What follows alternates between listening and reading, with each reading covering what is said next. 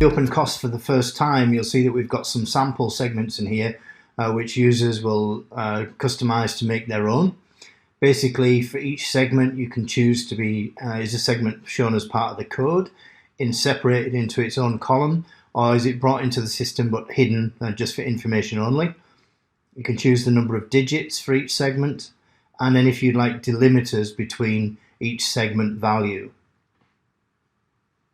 Get a real budget code from a customer and see how it's actually broken down into its relative segments. The first 4 digits is a project number.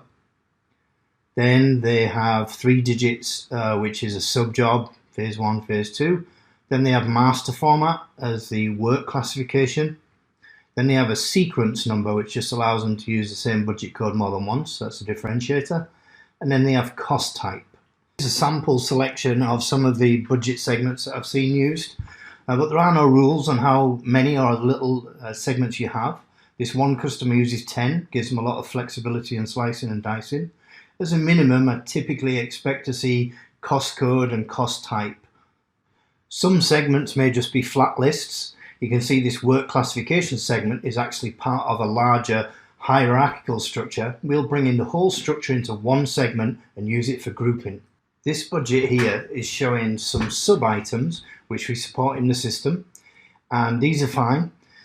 These naturally roll up into the single budget code above. It's just a further detailed breakdown of that budget item. However, these yellow rows, which I've just highlighted in red, are just summary items. They aren't actual budget items, they're just group totals. Please eliminate them from the actual budget you want to import.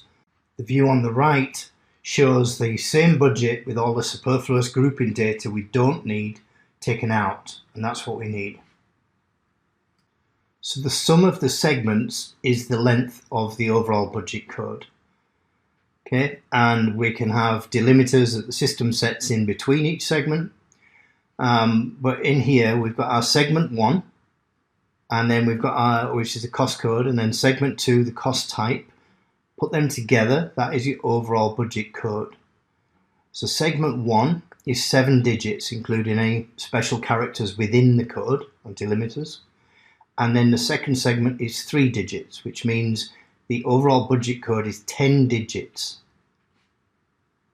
Let's take a look at how we'd set this up in Project Admin. I'm going to bring both of these as part of the code. Obviously you can split out into their own column if you prefer, or you can bring it in for information only. You double click to rename the segments. You select the number of digits of each segment, including any special characters or delimiters within the code, and then the system is going to put a delimiter point between each one. You can change those delimiters. You don't need to worry about counting those. The count is purely per segment.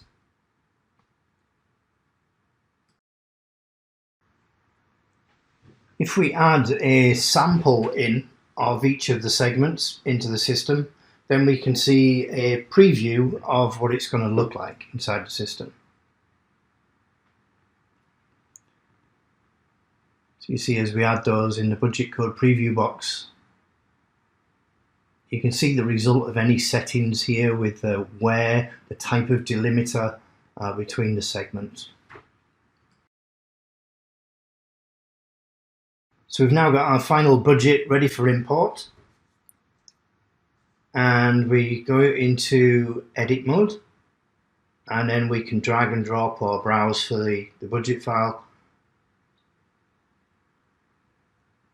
Give it a quick check. I can see my hierarchy in there for the sub-items. Remember, the sub-items are only for using when you want to further break down a particular budget item. And you can see the overall budget.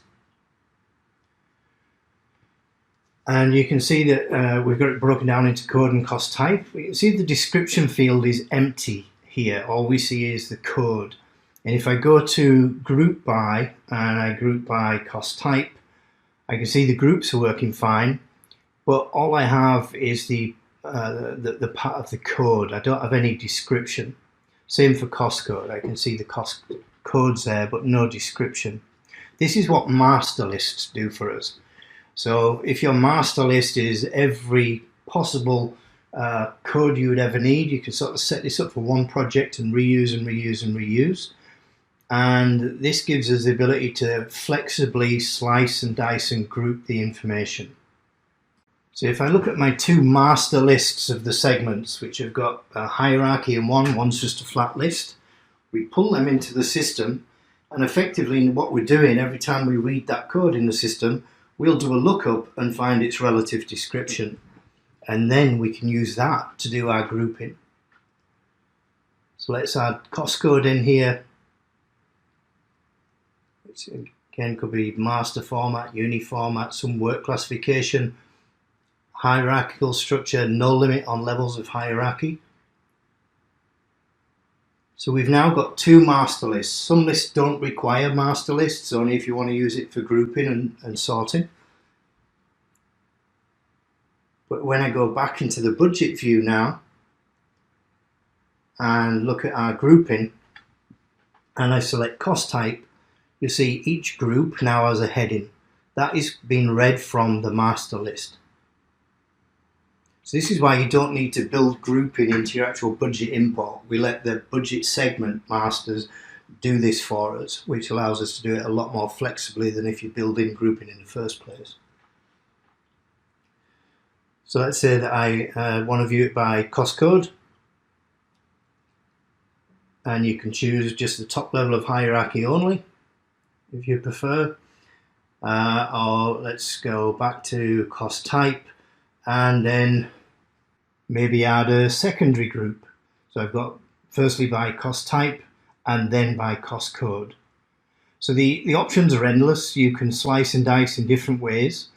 Have multiple tiered groups, whatever works best for you. You might have different groups for different purposes, for different reports, and you can just save each as a particular view. You can save them as a project view so everyone consumes them, or you might just want to save them as a personal preference. Up to you. Only admins can save as a project view. And then you can just use the drop-down view selector to be able to switch between views, depending on the task at hand.